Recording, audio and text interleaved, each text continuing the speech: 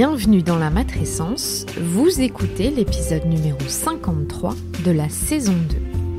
Bonjour à tous et bonjour à toutes. La matrescence, c'est la contraction des mots maternité et adolescence pour expliquer la naissance d'une mère. Et si vous voulez en savoir plus, il suffit d'écouter le premier épisode. Dans ce podcast, on parle du postpartum, du 4e trimestre, de la joie d'être parent, mais de ses difficultés aussi, bref, on parle de la vie. La matrescence met en avant des femmes et des hommes qui racontent, expliquent et donnent une autre définition à la parentalité. Je suis Clémentine Sarlat, la créatrice de ce podcast. Je suis journaliste de formation dans le sport, à la télé, rien à voir, mais je suis aussi professeure diplômée de yoga pré et postnatal.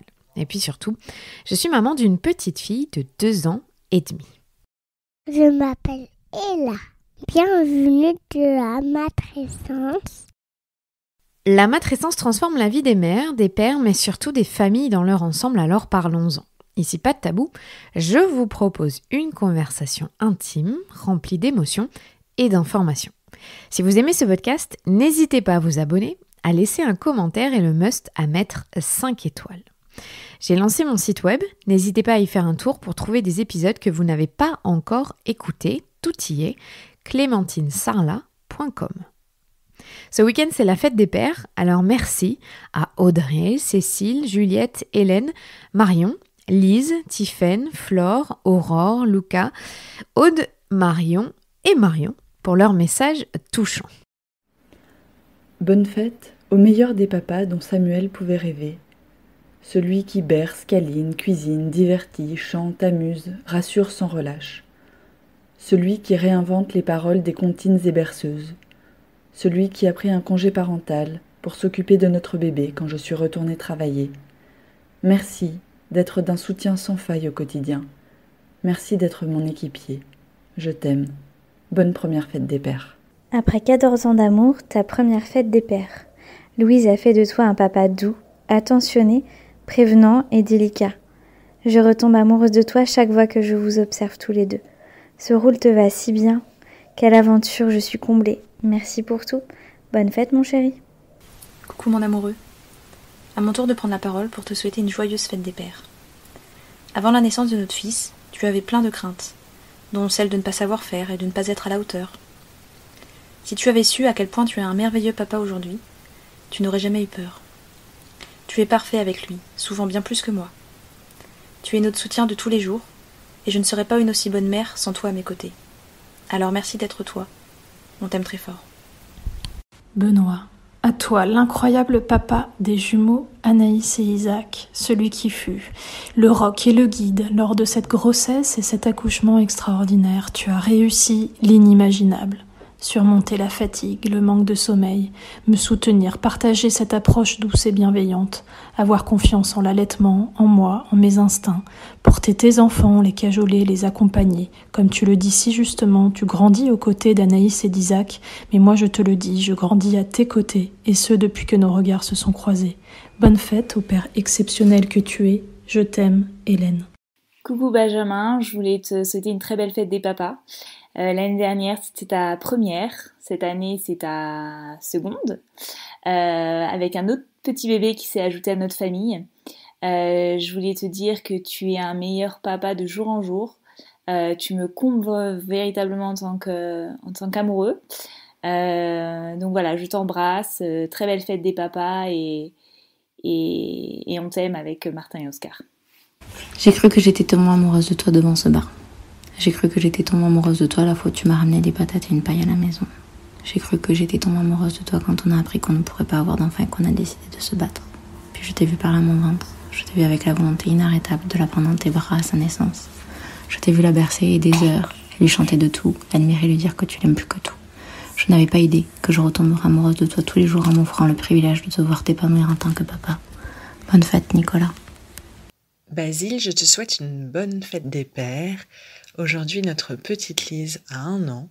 Je te remercie infiniment pour tout ce que tu fais pour elle, pour nous au quotidien, de t'être autant investie durant cette première année de vie de notre petite fille. Alors, cette fête des pères, j'ai envie de te la souhaiter heureuse, belle, merveilleuse et surtout pleine de gratitude. Merci de m'avoir autant soutenue et d'être un papa exceptionnel. Coucou Clément, notre petit Timothée est arrivé voilà 3 mois pour nos 10 ans. Un beau cadeau pour souffler les bougies de cette première décennie passée ensemble. J'ai toujours su que tu serais un papa attentif, aimant, câlin et patient. Tu jouais déjà des heures avec les enfants de nos amis, te proposant même de faire du babysitting pour les aider. Merci d'être si présent à mes côtés et d'être le papa de cet enfant. Je t'aime et t'embrasse fort. Bonne fête. Jean, mon amour, je voulais te souhaiter à travers ce message une bonne première fête des pères. Il y a un peu plus de 9 mois maintenant, tu es devenu papa devant mes yeux et ça a été magnifique. Malgré les difficultés parfois, tout est toujours aussi beau. Alors merci pour tout. Surtout, ne change jamais. Je t'aime très fort. Coucou chérie, tu as pris du grade en une fraction de seconde en passant de coach à papa. J'ai su à la naissance de Sophia que tu serais parfait à ce nouveau rôle et ces 2 premiers mois l'ont bien démontré. Notre vie ne sera plus jamais comme avant, avec tout l'amour qu'on reçoit de notre petit trésor. Maintenant, on forme une nouvelle équipe, et à 3, c'est encore plus fun. Merci d'être là pour nous, je t'aime encore plus. Bonne première fête des pères, mon amour. Te rencontrer a tout changé, tu as embelli ma vie. J'ai su que je voulais que ce soit toi le père de mes enfants. Ensemble, on est devenus parents. Tu as trouvé ta place si facilement, tu as été si parfait à l'instant même où elle est née, et même avant. Quand je t'observe avec notre fille Lila, je me dis que s'il devait exister une image pour illustrer l'amour et le bonheur, ce serait bien celle-là. Je t'aime, bonne fête à Rémi, l'homme de ma vie et le papa de notre Lila. Coucou Chatounet, avec Victor nous voulons te souhaiter une excellente première fête des pères. Il ne t'aura fallu que quelques minutes de peau à peau pour tomber amoureux de ton fils et prendre ce nouveau job très au sérieux. Depuis ces 2 mois incroyables, nous n'avons pas beaucoup de répit, mais tu ne te plains jamais. Tu me soutiens, réponds aux besoins de Victor, gères la maison en plus de commencer un nouveau travail. Je ne pouvais pas rêver d'un meilleur papa pour notre fils, ni d'un meilleur compagnon de vie. Alors merci pour toute l'énergie, la confiance et l'amour que tu nous apportes. On t'aime très très fort. Mon chéri, il y a 5 mois maintenant, nous sommes devenus les parents d'une merveilleuse petite fille. Je voudrais te remercier d'avoir été patient et rassurant dans les moments difficiles et aussi te dire à quel point je suis fière et heureuse de notre petite famille. Être père est un rôle qui te va à merveille. Tu t'es découvert un papa câlin et complètement gaga de son petit bébé. Merci d'être là pour nous deux et de nous faire rire tous les jours. Salomé et moi t'aimons très très fort. Joyeuse première fête des pères à toi. Voilà, bonne fête au papa, au beau-père, au père solo, au papange. Bonne fête à mon papa et à mon amoureux Clément. Ça fait un moment que je m'interroge sur la place des beaux-parents, ceux qui n'ont pas encore connu la parentalité à travers leur propre expérience, mais ceux qui élèvent quand même des enfants. J'ai donc demandé à Raphaël Gillot-Joannet de me raconter comment il s'est senti quand il a accueilli Noam et Mali, les 2 enfants d'Alison, quand ils se sont rencontrés. Raphaël est aujourd'hui papa d'un petit loup, le 3e enfant d'Alison, la fondatrice de Tagine Banane. Raphaël et moi on se connaît du rugby, ou en tout cas j'ai toujours su qui il était. Ancien rugbyman, rien ne le prédestinait dans sa façon de vivre à partager son quotidien avec 2 enfants du jour au lendemain. Et pourtant, c'est ce qu'il a fait sans se poser de questions. Alors comment on gère cette nouvelle paternité, pas tout à fait à 100%? Comment on élève les enfants d'un autre? Comment on trouve sa place dans un trio mère-enfant? Comment est-ce qu'on vit son histoire d'amour avec la maman quand il y a déjà d'autres enfants? Est-ce que ça change quelque chose d'avoir ensuite son enfant à soi? Bref, tellement de richesse dans cet épisode, je vous laisse avec la bonne humeur XXL de Raphaël. Salut Raph. Bonjour Clémentine. Merci beaucoup. Je suis hyper contente quand je reçois des papas, donc je sais que tu stresses, mais je vais pas te manger, ça va bien se passer. Déjà, on va pas parler de rugby. Voilà, déjà. Donc ça va. On peut aussi si tu veux, mais on va plutôt parler de ta paternité, c'est plutôt sympa. Normalement, je pose toujours la première question, est-ce que tu as eu la sensation d'avoir une matrescence? Mais on peut aussi dire une patrescence, mais moi je préférerais te demander comment est-ce que tu définirais tes premiers pas vers la paternité? Est-ce que c'est que avec Lou, ou tu as quand même une sensation d'avoir été un peu père, un peu avec Noam et Mali? Ah bah oui, carrément. Mais en fait, ça s'est fait tellement naturellement, puisque les enfants m'ont accepté tout de suite, en fait, en quelque sorte. Donc, du coup, je me suis tout de suite, peut-être pas la place du père, ça serait peut-être un peu dur justement pour le papa, et même c'est pas vraiment le le terme exact, mais oui, j'étais quand même une figure. Pour eux, j'ai ressenti direct. Par exemple, Noam on va pas parler de rugby, mais là on va en parler du coup. Noam a commencé le rugby dès qu'il m'a connu en fait, alors qu'à aucun moment je lui ai dit que il fallait qu'il fasse du rugby ou quoi, tu vois. Donc par rapport à ça, tu vois, j'ai senti tout de suite qu'il y avait une figure entre guillemets paternelle, ouais, directe avec les deux. Et peut-être la petite différence avec Lou, c'est que les deux, je les ai pas eu bébés. Donc, bon, moi je suis pas très câlin comme garçon, on va pas se mentir. Mais du coup, comme c'est un petit bébé et tout ça, t'es beaucoup plus câlin. Dès le départ. Voilà, dès le départ. Donc ça, c'est sûr que je l'ai pas eu avec les deux autres. Alors, est-ce que tu peux nous raconter, déjà, ils ont quel âge la première fois où tu les rencontres ? Et est-ce que tu te souviens comment ça se passe ? Est-ce que tu étais stressée ? Enfin, c'est particulier quand tu rencontres une personne dont tu tombes amoureux, mais il y a aussi 2 autres êtres humains en compte. Ouais, c'est sûr, c'est un peu particulier. Après, on s'appelait beaucoup avec Alison avant même de se rencontrer, de se connaître et compagnie. On s'appelait beaucoup via FaceTime et compagnie. Donc j'ai pu voir 2-3 fois Mali par exemple, qui était tout le temps dans les pattes d'Alison.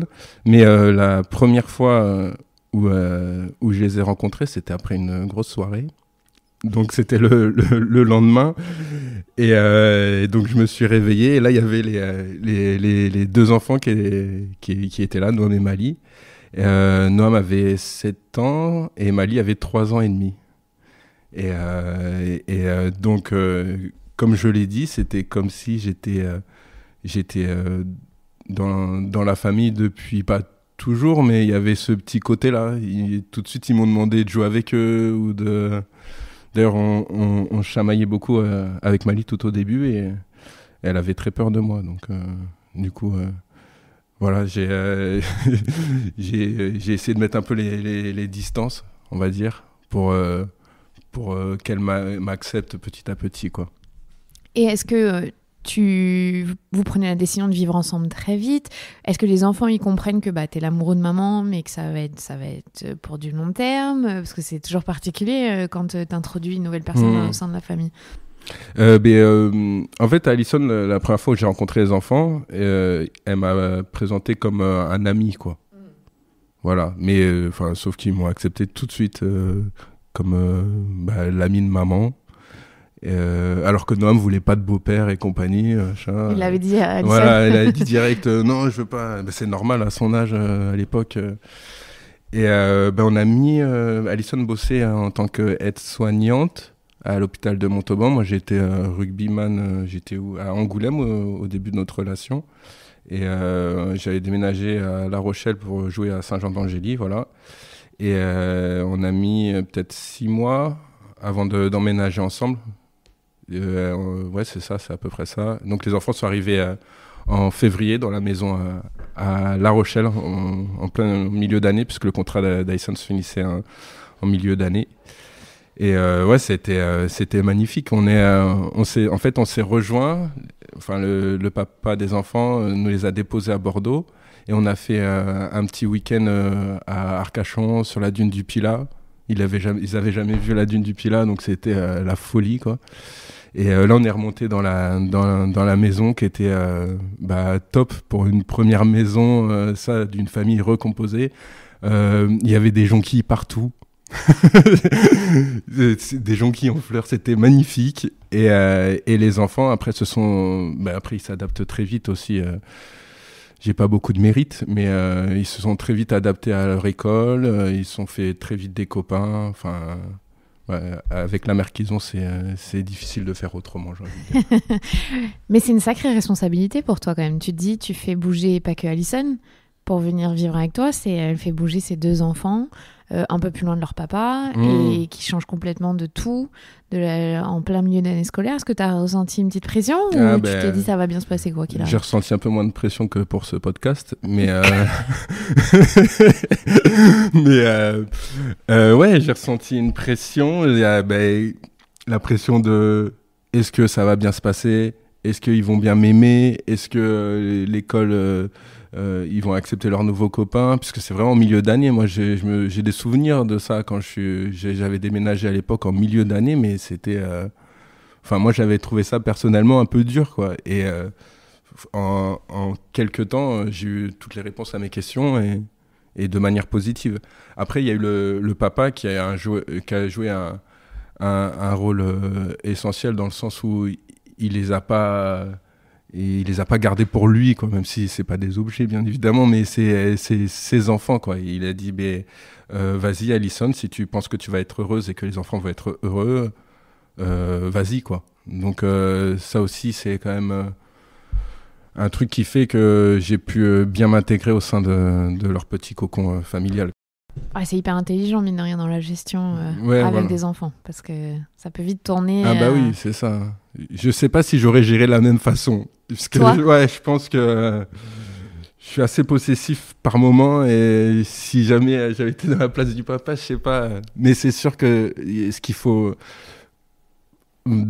Avant toute chose, il faut quand même souhaiter le bonheur des enfants et même de son ex.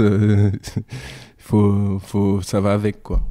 C'est clair. Est-ce que quand tu rencontres Alison, j'imagine tu sais peut-être déjà qu'elle a 2 enfants, est-ce que tu te dis ça va être un obstacle à notre couple, ou tu dis c'est comme ça et tant mieux? Oui, Alison en fait joue au rugby à Montauban, donc, et elle vivait à Montauban, donc à Montauban tout le monde se connaît forcément, et donc je voyais tout à fait qui c'était, je savais qu'elle avait 2 enfants, et en fait j'ai même pas pensé que il y avait des personnes en plus, enfin des enfants en plus. Ça faisait partie d'une seule personne, d'Alison. Elle les a eu à 19 ans, donc c'est une partie d'elle vraiment encore plus, quoi. Donc, et d'ailleurs, on le ressent, Noam, il est vachement mature. J'ai l'impression que, ce que je dis tout le temps, c'est qu'il a grandi avec Alison. Donc, il partage ses points de vue, mais il a aussi un avis sur les choses. Enfin, il est vachement mature pour son âge. Et voilà, donc du coup, j'ai pris le package, on va dire. Mais ça faisait partie... Enfin, je le sentais, juste en s'écrivant des messages, je sentais que c'était la bonne.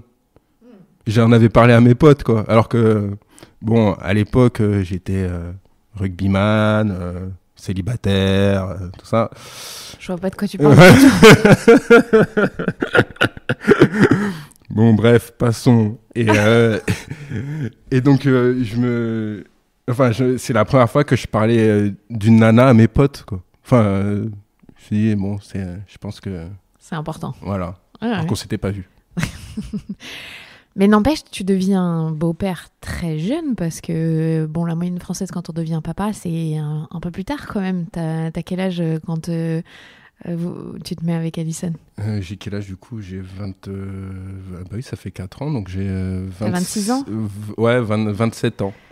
C'est jeune quand on passe d'une vie de célibataire rugbyman à faire ce qu'on veut. Ouais. D'un coup, t'as des responsabilités, il y a une vie de famille à gérer, il y a plein de choses. Est-ce que tu as eu la sensation d'avoir un accéléré de la paternité, ou le fait qu'ils étaient un peu plus âgés aussi fait que c'est plus simple parce qu'ils sont un peu plus indépendants? Vu que tu le sais maintenant avec Lou, les petits ne sont pas indépendants. C'est Lou vraiment le changement au final. Parce qu'avec les enfants, bon, c'est sûr qu'on faisait moins de trucs. Enfin, forcément, mes potes ont ressenti que j'avais eu 2 enfants d'un coup. Forcément. Alors, ils l'ont plus ou moins accepté au début.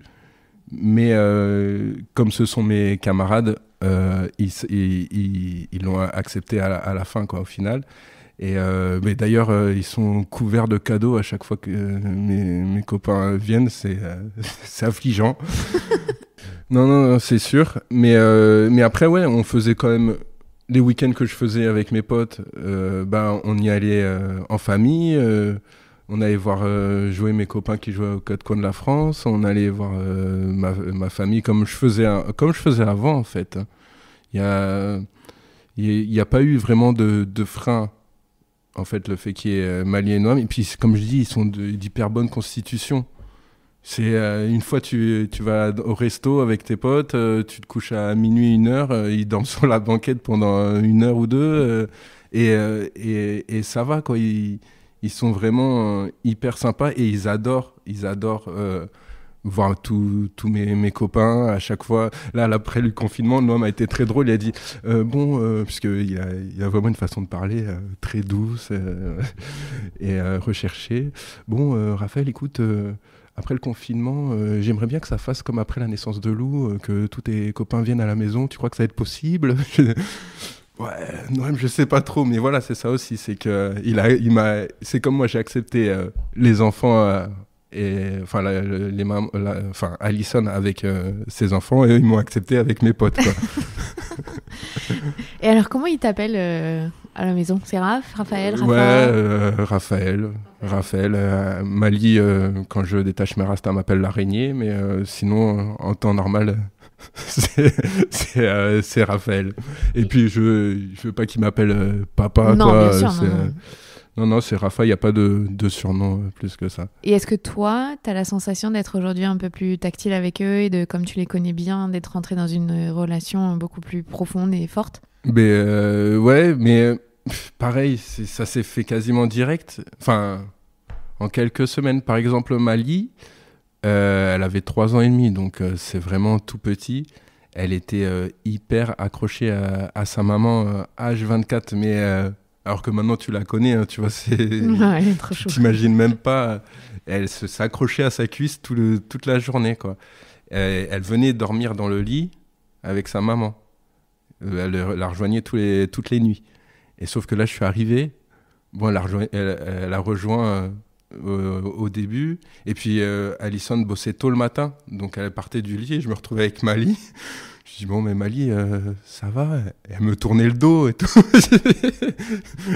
Et en fait, on a fait des après-midi ensemble, des week-ends ensemble. Et Mali, elle est devenue aussi affective avec moi qu'avec sa maman, quasiment. Hein, bien sûr, c'est pas... sa maman reste sa maman. Et donc, par rapport à ça, j'ai pas eu de sensation... bon, maintenant, je suis beaucoup plus affectif avec eux. Depuis le début, quoi, quasiment, ils m'ont accueilli à bras ouverts, quoi. Tu t'occupes souvent d'eux tout seul? Là, oui, beaucoup. Ouais, par contre, ça, beaucoup plus qu'avant, mais c'est parce que depuis qu'Alison a créé Tagine Banane, elle a beaucoup moins de temps, malheureusement, pour l'instant. Et donc ouais, c'est moi qui fais la plupart des choses pour les enfants. Donc j'amène Mali à l'école et pas sans peine. Pas de ta part, hein, on précise juste que Mali, l'école, c'est pas tout à fait son... Oui, et outre le fait que l'école soit pas trop son truc, c'est que elle met du temps. Elle prend son temps. Donc voilà, on est assez souvent en retard. Ouais, non, j'amène les enfants aux activités, au théâtre, au rugby. Du coup, Noam a continué le rugby. Je fais à manger le soir. Enfin, un vrai papa poule, on va dire, c'est ça? Un vrai papa foyer. Un papa foyer, ouais, voilà. Et puis après, Alison... elle est toujours là, hein, quand même. Même si elle bosse à la maison, elle a ses heures où elle bosse, elle a ses heures où elle s'occupe des enfants. Et puis là, on commence à pouvoir se prendre des week-ends, un peu de temps pour les enfants, pour nous. Et puis ça fait toute la différence aussi, quoi. Est-ce que tu te rendais compte qu'il y avait des challenges, par contre, et d'avoir à élever les enfants qui ne sont pas les tiens? Est-ce que tu as la sensation qu'il y en a, d'ailleurs? Ou est-ce que tu vois ça comme quelque chose, encore une fois, de très fluide? En fait, moi, c'est dans ma famille. Hein, on est comme ça, on est hyper... je sais pas si faut dire optimiste, mais on voit pas le mal, en fait. Donc, mais de génération en génération, hein, j'appelle ma grand-mère pareil, hein, alors que pourtant... il y a plein de malheurs qui lui est tombé sur la tête ces derniers temps et tout. Et toujours, elle voit le bon côté des choses. Et donc, à aucun moment, je me suis dit que c'était un challenge. En plus, j'ai été élevé avec un beau-père.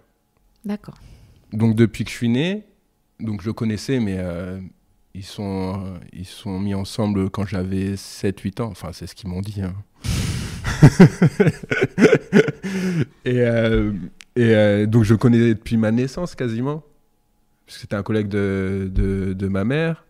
Donc, pour moi, t'avais une maman, déjà à la base quand j'étais petit, t'avais une maman et puis ton papa était pas là, ou tu le voyais que le week-end. Et après, il y a eu un beau-père et une maman. Et puis c'était comme ça, vraiment, je pensais que tout le monde vivait comme ça. Donc déjà, j'ai ça dans le... Tu connais ce modèle familial. Voilà, je connais ce modèle familial, donc c'est vrai que ça peut en freiner, je pense, hein. C'est sûr et certain. Et en plus, ce truc, si tu te mets des challenges, justement, ce que tu dis, si tu te mets des objectifs, bon là, il faut qu'ils me disent 3 fois je t'aime dans la semaine. Non, mais j'exagère bien évidemment, mais tu vois, si tu te mets des trucs comme ça, je pense que tu te compliques encore plus le truc, quoi.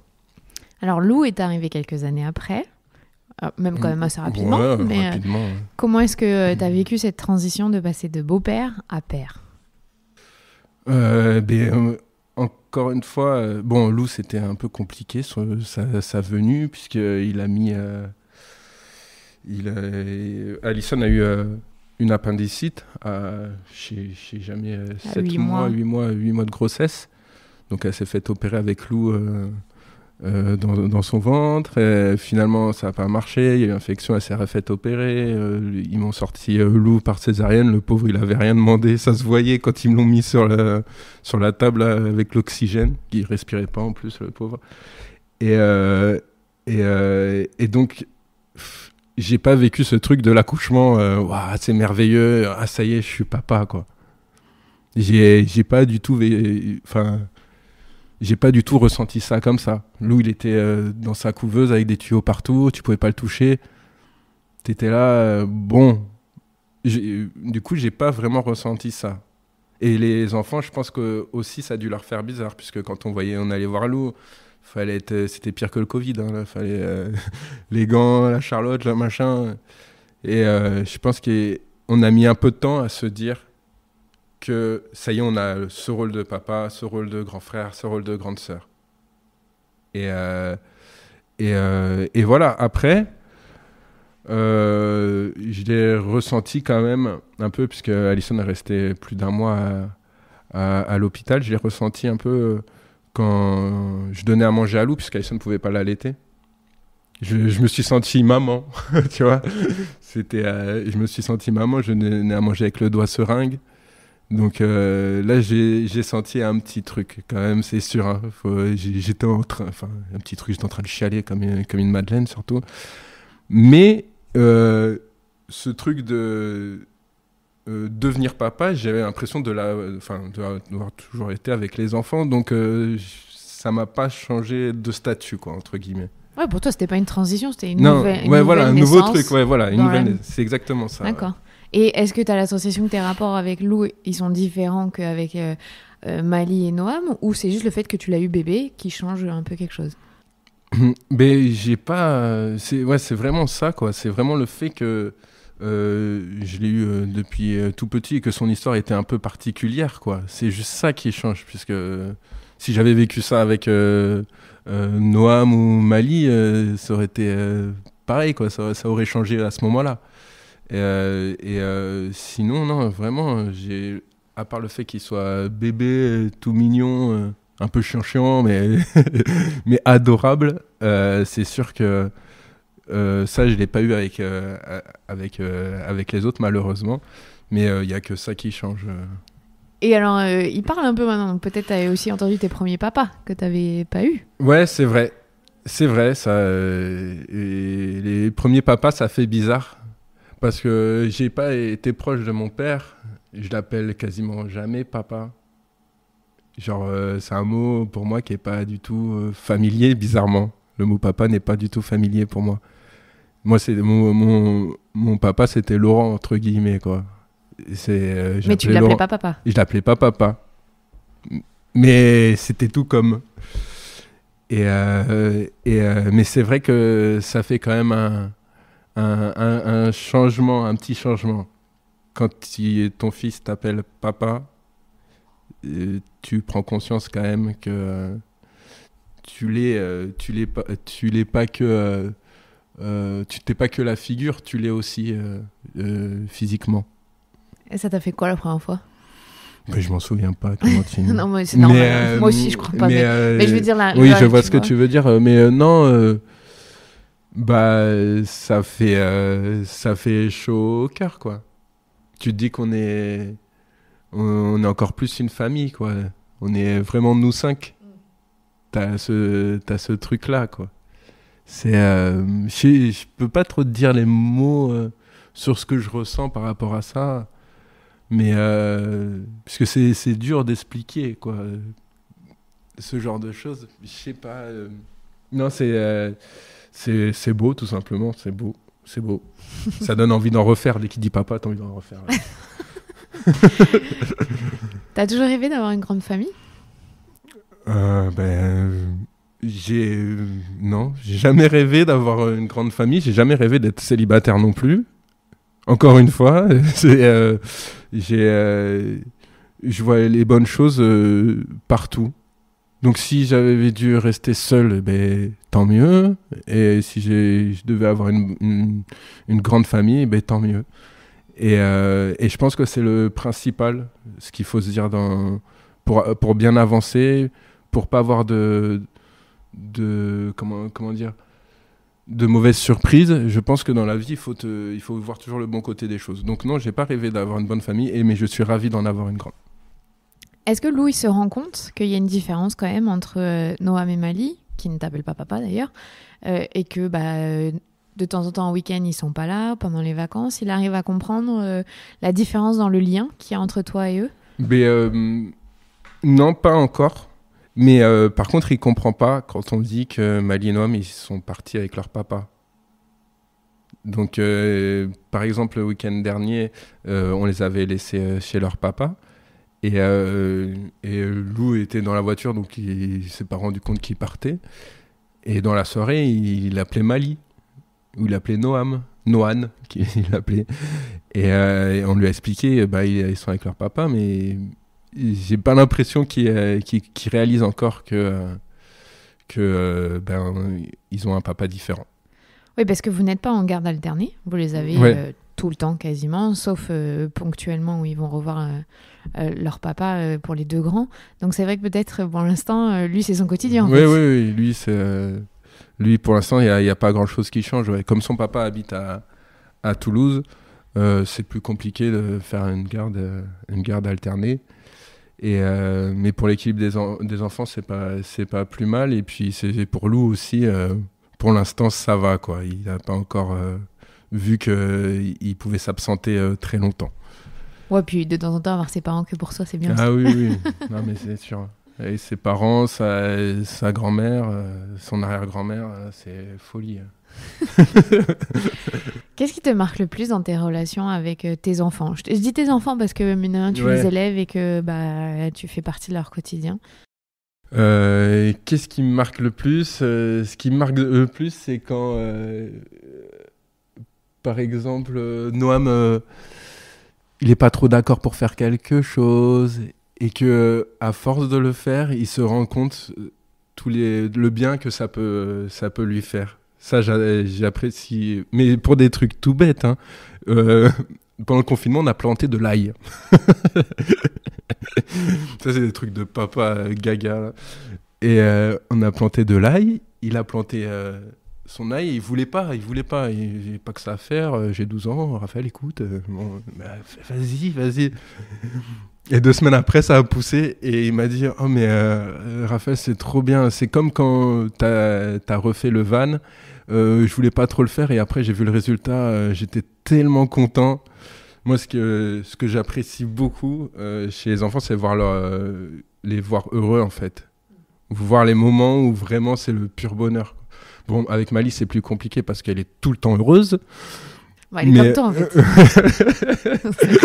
Ouais. Moi, je peux être bougon quand même. Je peux être, surtout le matin, ça compte. Attends, elle n'a pas passé l'adolescence. C'est ça. Mais pour l'instant, elle a encore l'innocence. Mais ouais, non, moi, c'est les voir grandir de manière...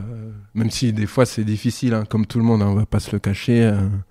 Je suis pas un beau papa et un papa parfait. Hein, mais quand il y a des moments de bonheur, c'est ce qui me rend Enfin, c'est ce qui me rend le plus heureux, quoi. Ça me satisfait d'être leur papa, leur beau papa.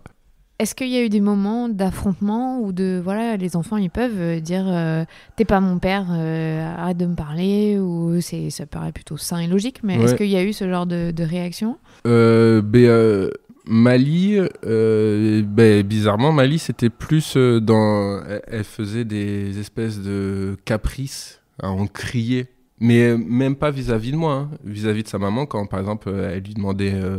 Enfin, ça a été vraiment tout au début. Enfin, oui, elle exprimait. Ouais, j'ai vraiment ressenti à crier dans sa chambre et tout, quoi. C'est chose qu'elle n'a jamais faite après.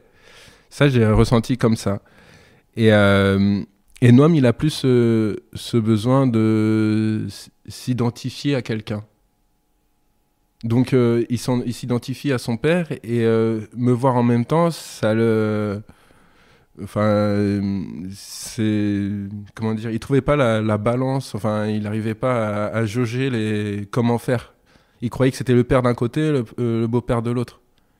Donc, des fois, il y a eu quelques pas disputes, mais quelques discussions plutôt à ce sujet. Et oui, il y avait vraiment une différence. Mais je comprends pas pourquoi t'es mon beau-père, mais tu me dis quand même de faire des choses ou de pas faire des choses, alors que j'ai mon papa. Je veux faire comme papa, mais quand même je veux faire comme toi. Enfin, il y a eu ça, vraiment. Il y avait deux sentiments ambivalents qui le rongeaient un petit peu, quoi. Et sa mère qui arrive vraiment à discuter. Par contre, moi, je vois tout du bon côté, mais niveau discussion, patience et tout, Alison est plus forte que moi. Donc, Alison a su trouver les mots. Moi, j'ai du mal à trouver les mots pour expliquer ce que je ressens, ce que je veux lui dire sans le vexer et tout ça. Et Alison était bien placée aussi pour en discuter avec lui. Et au fil du temps, mais ça n'a pas mis très longtemps, hein. Mais même si maintenant, j'imagine quand même, il y a encore ce truc-là, et puis l'adolescence va arriver, donc ça va être le feu d'artifice. Mais et au fil du temps, ouais, ça s'est calmé, en fait, en quelque sorte. Il a trouvé sa place, la place de son père, la place de son beau-papa.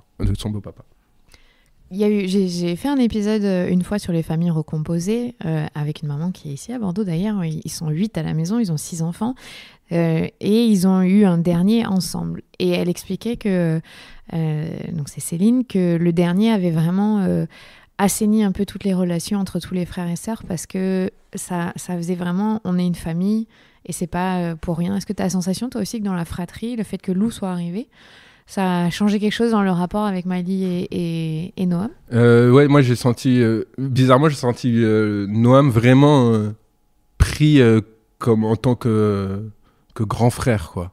C'est bon, c'est moi le grand frère, quoi. Et Mali, par contre, elle a eu un peu de mal, elle a encore un peu de mal à trouver sa place. Donc déjà que c'est une artiste et tout ça, donc des fois ça partait un peu dans tous les sens. Cela dit, Mali, j'ai jamais vu une enfant aussi proche de son petit frère, quoi. Ils font déjà les 400 coups alors qu'il a que 2 ans, quoi. C'est vrai que c'est quelque chose qui, comment dire, ça crée vraiment une famille de frangins, quoi. On l'a ressenti surtout pendant le confinement. Ça, du coup, il y a chacun sa tâche et ça roule comme ça. Et tout le monde devait s'occuper de son petit frère dans la journée. Donc, de son petit frère ou de son fils. Hein. Chacun son rôle. Voilà, chacun son rôle. Et donc, au fur et à mesure, c'était rigolo de les voir. Et ils se sont un petit peu plaints, un moment. Mais ils ont redemandé presque à la fin, quoi. Donc vraiment ça, c'est vrai que ça a formé une vraie fraternité entre les trois, là. J'ai trouvé la naissance de Lou, du moins. Le fait que la naissance de Lou, elle était très particulière, ça peut traumatiser toute une famille, même sans enfants. Est-ce que tu as senti aussi qu'ils ont été très protecteurs avec leur petit frère, du fait qu'il était très fragile très vite?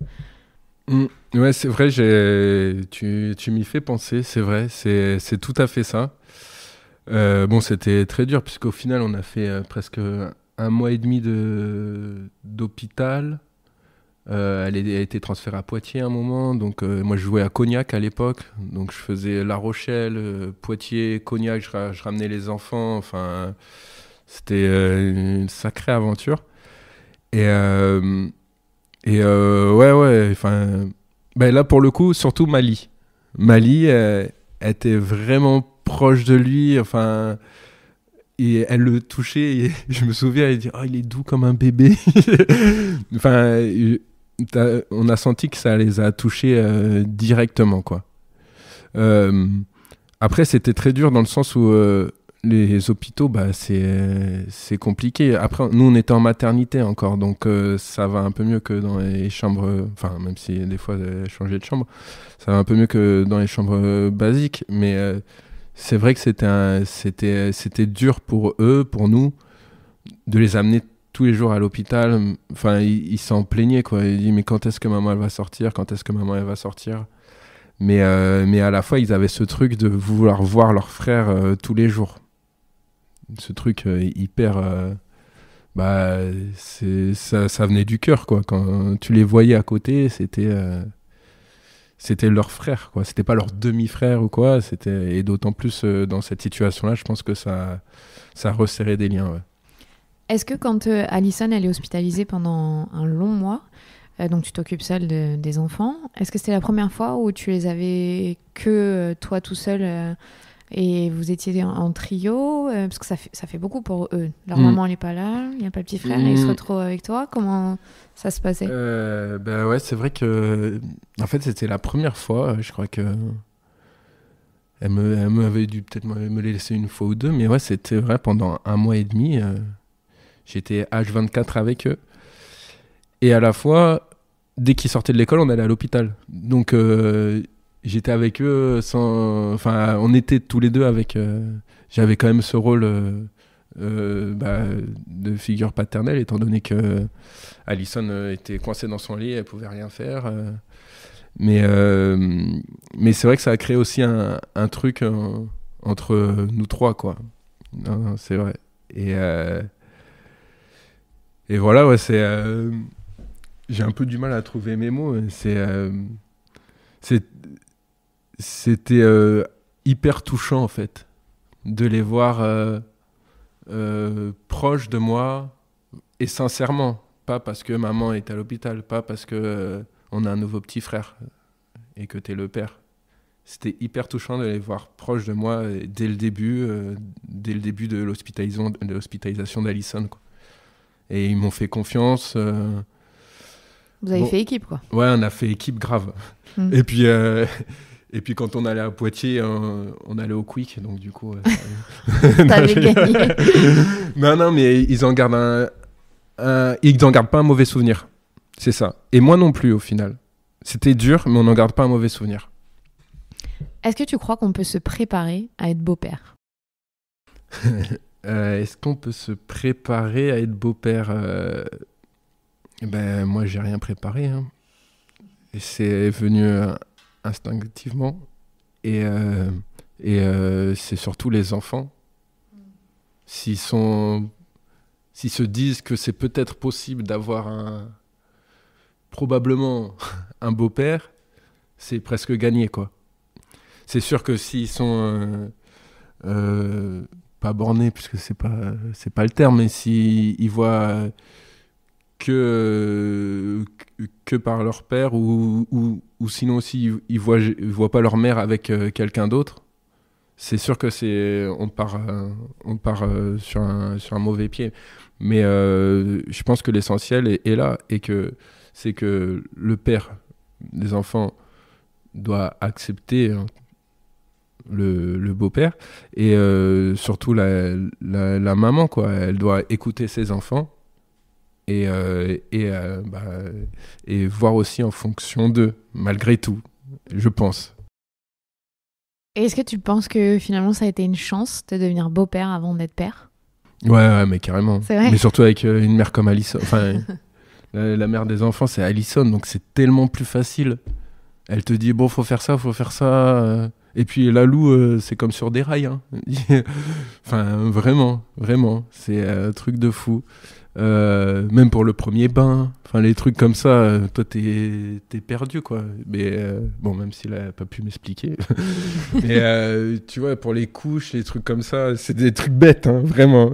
Et après pour l'éducation, c'est beaucoup plus facile. Hein. T'as les 2 échantillons test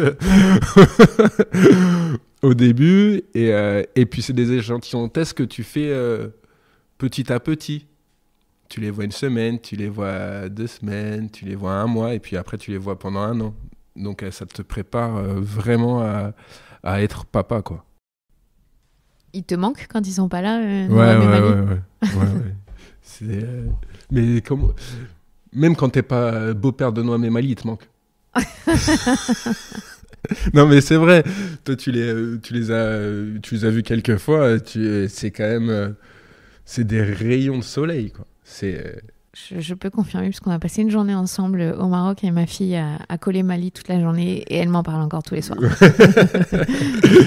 Non, ouais, il manque grave, c'est sûr. Après, on a toujours besoin d'une petite pause, mais c'est comme si on avait un week-end avec les grands-parents, on laisse les enfants avec les grands-parents, on a un petit week-end en amoureux avec Alison, mais mis à part ça, franchement, je me vois pas sans eux, quoi. Enfin... Et puis je pense que eux non plus au final, tu vois. Bien sûr, ils aimeraient voir plus leur père, j'imagine, hein, forcément. Mais je pense qu'ils veulent me voir aussi, quoi.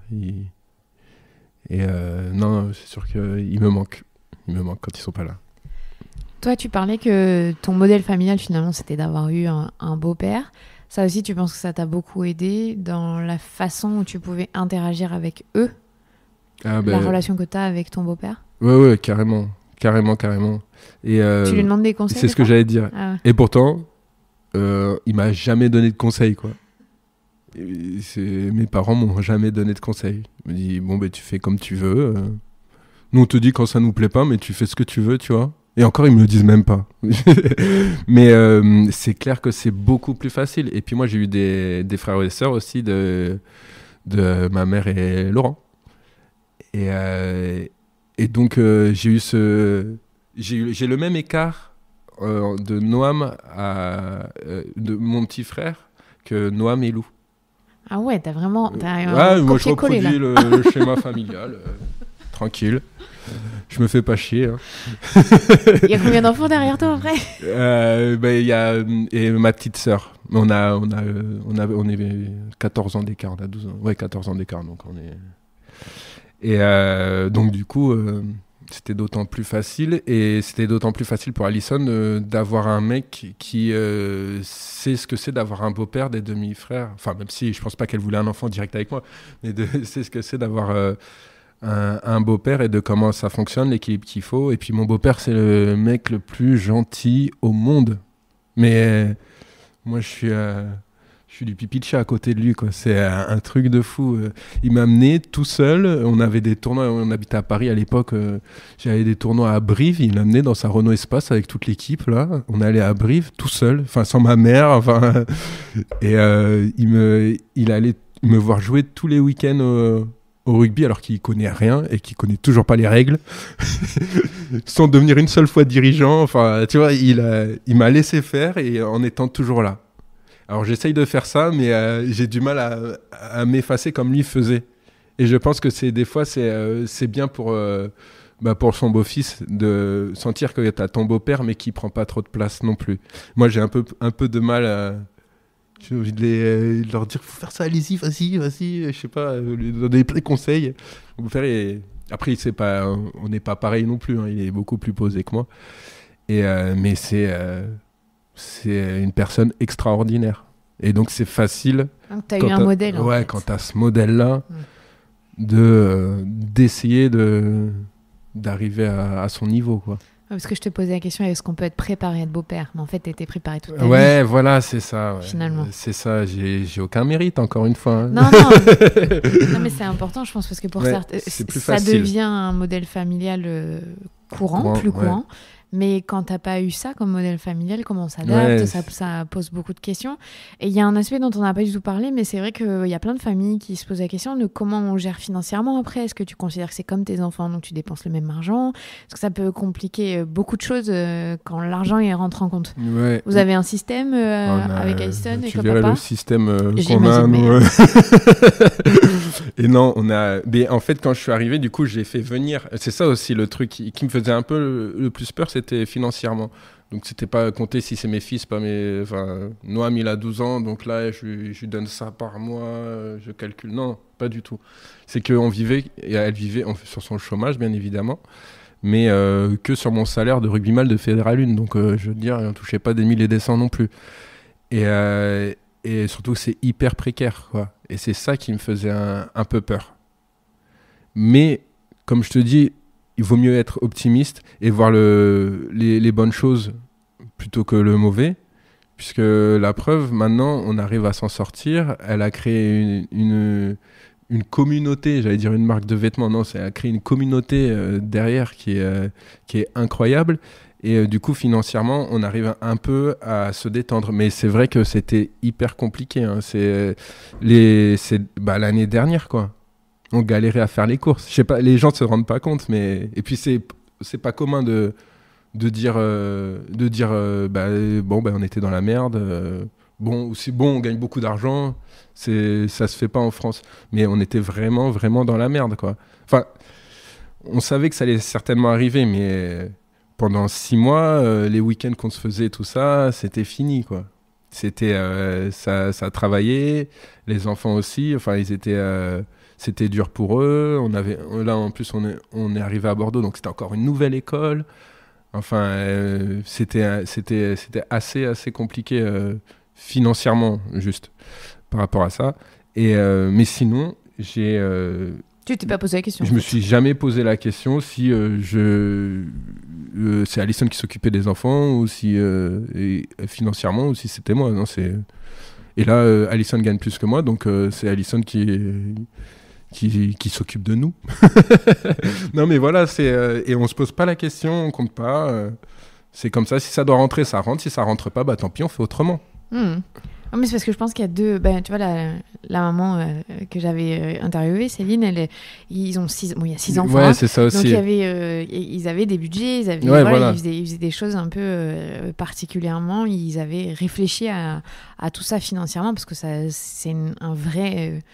pas problème, mais c'est une vraie problématique dans la famille, en tout cas, auquel il faut se poser. Et donc, je pense qu'il y a 2 écoles... On verra et on s'organise. Ouais, mais c'est un peu ça, ouais. Et puis on n'a pas 6 enfants. 6 enfants, on verra, mais on s'organise quand même un peu. Hein. Ouais, 3 enfants quand même, pour n'importe qui, c'est une charge financière. C'est sûr, quoi c'est qu'il sûr. Arrive. C'est sûr, mais c'est vrai qu'on est plus sur le credo, on verra, quoi. On partage et on verra. Voilà, on verra et tout se passera bien surtout. Alors, il y a un truc dont on n'a pas du tout parlé, ce qui est très drôle, puisque tu es quand même le conjoint de quelqu'un qui a créé une marque pro-allaitement. On n'a pas parlé d'allaitement.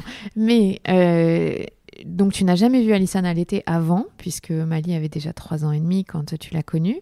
Et avec Lou, c'est devenu quelque chose de plus fort que Lou, puisque c'est la marque. Qu'est-ce que c'était ton regard, toi, sur l'allaitement avant de connaître Alison ? J'étais encore une fois préparé. Ah, c'est vrai ? Ma mère allaitait mon petit frère. Et ma petite sœur, j'ai même une photo de ma mère endormie sur le canapé de ma chambre à l'époque avec Déborah, ma petite sœur, en train d'allaiter. C'est sur le vieux Polaroid là.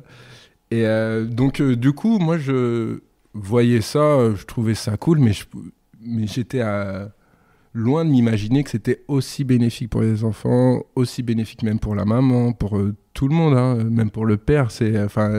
Franchement, c'est quelque chose d'extraordinaire, mais on n'est pas assez informé. Tu vois, quand Alison a accouché de Lou, elle a mis 1 mois ou 3 semaines avant d'allaiter Lou. Et elle y tenait absolument. Tout le monde lui disait, mais Madame Cavaille, puisqu'il appelait Madame Cavaille, vous embêtez pas avec ça. Prenez vos médicaments, arrêtez de tirer votre lait, reposez-vous et tout. Et moi, j'étais de l'avis des médecins, et pourtant ma mère a allaité, juste parce que j'étais pas informé. Quand elle m'a dit bon, je vais allaiter Lou, 3 semaines après, je dis bon, vas-y, hein, si ça te fait du bien. Donc elle s'est mise pendant 24 heures avec lui, non-stop. C'est moi qui lui ai passé. Par contre, c'est moi qui lui ai passé les embouts de sein, puisque Lou il prenait que des tétines au début. Donc c'est moi qui lui ai passé les embouts de sein et ça a marché. Et après, du coup, je me suis informé après l'allaitement. Et c'est ça la grosse star en France. Du moins, les autres pays, un peu moins chez certains, c'est qu'on n'est pas du tout informé. Et puis, notre système n'est pas fait pour que la maman allaite. Tu vois, vous reprenez au bout de, je sais pas, 2 mois, 3 mois, 2 mois et demi. Dans les pays nordiques, t'as 1 an et le papa, il en a 6 mois. Enfin, et puis, c'est pas n'importe quoi, c'est hyper logique. T'es proche de ton enfant, il doit être sur toi H24, sur sa maman H24. Et le papa, il doit aider à ça, quoi. Il doit vraiment aider à ça. Et non, c'était vraiment le truc que je regrette beaucoup. Alors que tu peux en parler à l'école. C'est vraiment le manque d'information. T'as l'éducation sexuelle à l'école, mais il doit y avoir aussi l'allaitement, quoi. C'est une partie de la vie qui est hyper importante, je pense. Et après, je dis ça, mais ça convient pas à tout le monde non plus, l'allaitement. Il y a des mamans qui ont soit des problèmes qui peuvent malheureusement pas allaiter. Il y en a qui ne veulent pas allaiter, mais au moins qu'on leur laisse le choix. Moi, si j'étais... justement, heureusement qu'Alison avait eu des enfants avant, puisqu'elle savait de quoi elle parlait. Et d'ailleurs, Noam, le premier, il n'a pas été allaité très longtemps parce qu'elle n'était pas informée. Et Lou est encore un peu allaité.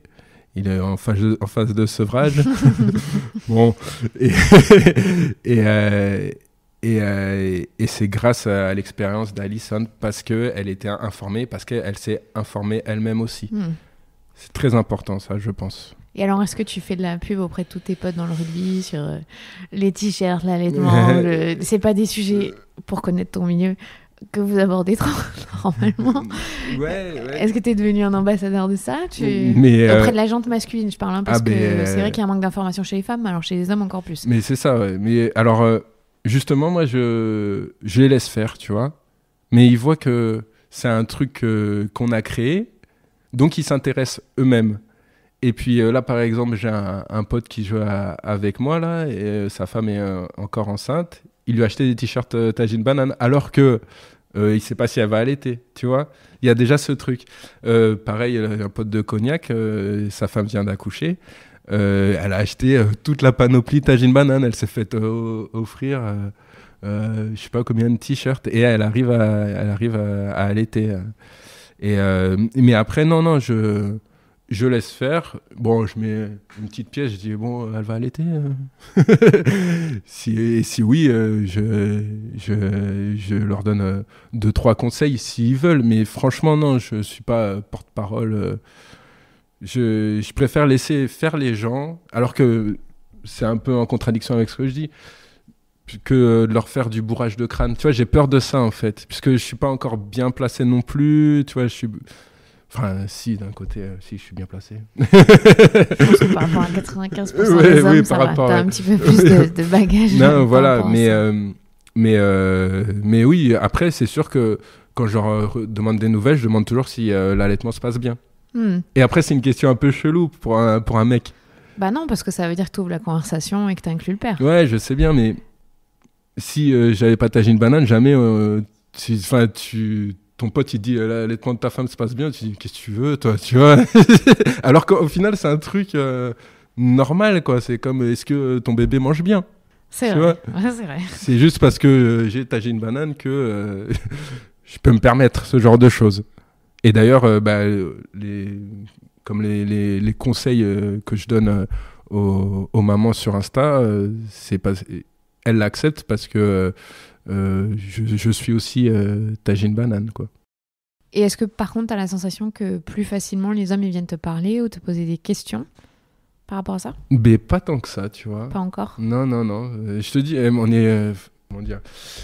on est des rugbyman, quoi. Bah c'est tu pour vois, ça, voilà, je sais pas comment te le dire, mais tu sais comment c'est. Et genre, on paraît dur, machin, comme ça, mais on a un petit côté réservé, et surtout pour ce genre de choses, quoi. Ce qui concerne ta femme, tout ça. Donc tu le gardes un peu pour toi. En revanche, ils sont hyper intéressés par ce que je fais. Donc ils sont vraiment, ils achètent pour leurs copains, leurs copines, et vraiment tous, quoi. Tu vois, dès qu'il y a une femme enceinte ou quelqu'un de l'entourage de mes potes, direct, il les renvoie vers nous. Et je suis sûr que ça influe sur les nanas qui voulaient pas allaiter à la base et qui allaitent et qui finalement allaitent, quoi. J'en suis persuadé. Et moi aussi, si j'avais eu Tajine Banane à l'époque de l'accouchement de Lou, enfin non, c'est pas comme ça qu'on dit. Si j'avais eu Tajine Banane pour la naissance de Lou, je pense que j'aurais plus compris Alison, alors que c'est un vulgaire vêtement. Mais ah oui, tu as eu besoin de Tajine Banane finalement pour prendre conscience de tout ça. Ouais, voilà. Une fois que t'as un truc, et puis t'as toutes les mamans derrière qui t'envoient tellement d'amour, qui te demandent tellement de conseils, qui t'envoient des conseils, derrière ça, t'as une communauté incroyable et qui te fait prendre conscience de l'importance de l'allaitement. T'es pas obligé d'allaiter toute nue dans la forêt, quoi. C'est un truc... tu peux le faire, il n'y a pas de souci, mais toutes les mamans qui allaitent ne font pas ça. C'est ça. Chacun son truc. Non, mais ouais, chacun son truc. Parce que moi, j'avais vu ma mère allaiter, mais c'était il y a 20 ans, quoi, tu vois. Donc, j'avais un peu cette image-là de la maman, puisqu'elle n'a pas allaité non plus 10 ans, mais...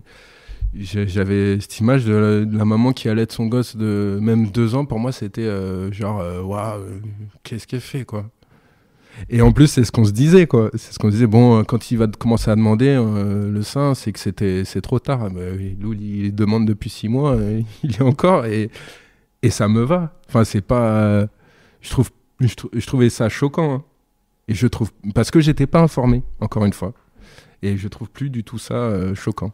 Mais vraiment, et je trouve ça naturel, normal. Comme à une certaine époque, c'était choquant que les pères s'occupent des enfants et qu'aujourd'hui, ça devienne normalité. Ouais, c'est vrai. Non, le rôle que tu représentes de père de famille et au foyer de temps en temps, c'est quand même très nouveau aussi. Ouais. Mais j'ai... Mais tu le vois pas comme ça, toi. Ouais, voilà, ouais, c'est ça. Je suis d'accord avec toi. Mais dans la société en général... Ouais, c'est vrai que c'est... Tu n'es pas dans la norme. Ouais, je vois ce que tu veux dire. Non, c'est vrai. Il y en a encore qu'on connaît qui attendent leur femme pour qu'ils se fassent à manger le soir. Ils peuvent pas se faire cuire des pâtes, quoi. On connaît ce milieu. Le confinement a dû changer quelque chose. Ouais, voilà, c'est ça. Mais c'est ça. Je pense que ça a dû changer 2-3 trucs sur ça, tu vois. C'est vrai. Je pense. Sur le bon, pour terminer, tu te décrirais comment comme papa et beau papa? Parce que je pense que c'est la même chose, donc comme papa. Comme papa, je me décrirais comment? Je me décrirais... Ouah, c'est dur de parler de soi, là. Comment je me décrirais? Je peux pas dire papa cool, parce que c'est pas le cas. Tu vois, je me décrirais comme un papa qui aimerait bien que tous ses enfants soient heureux et fassent ce qu'ils veulent, vraiment. J'ai envie qu'ils soit un peu à mon image, dans le sens où moi j'ai toujours fait ce que je voulais. Je voulais faire du rugby depuis l'âge de 7 ans. Mes parents m'ont jamais bloqué là-dessus, même par rapport à mes piètres résultats scolaires. Et j'ai réussi à être rugbyman. Mais c'est ça, je veux leur donner toutes les cartes possibles pour qu'ils réussissent ce qu'ils veulent vraiment, quoi. Vraiment. Et qu'ils soient heureux. Mais ça va avec. Faire un métier que t'aimes, enfin, t'es bien placé pour le savoir, on est bien placé pour le savoir. Moi, c'est ça, dans la société actuelle, si t'as un métier qui te rend heureux, mais c'est magnifique, quoi. Et c'est ce qu'on est en train de vivre, c'est la chance qu'on a. Et j'ai envie que le plus de personnes... j'ai envie que ça arrive à tout le monde, mais particulièrement à mes enfants. Et quand tu te présentes, c'est ma dernière question vraiment, est-ce que tu dis je suis papa d'un enfant ou de 3 enfants? Je dis 3 enfants, je sors ma carte famille nombreuse.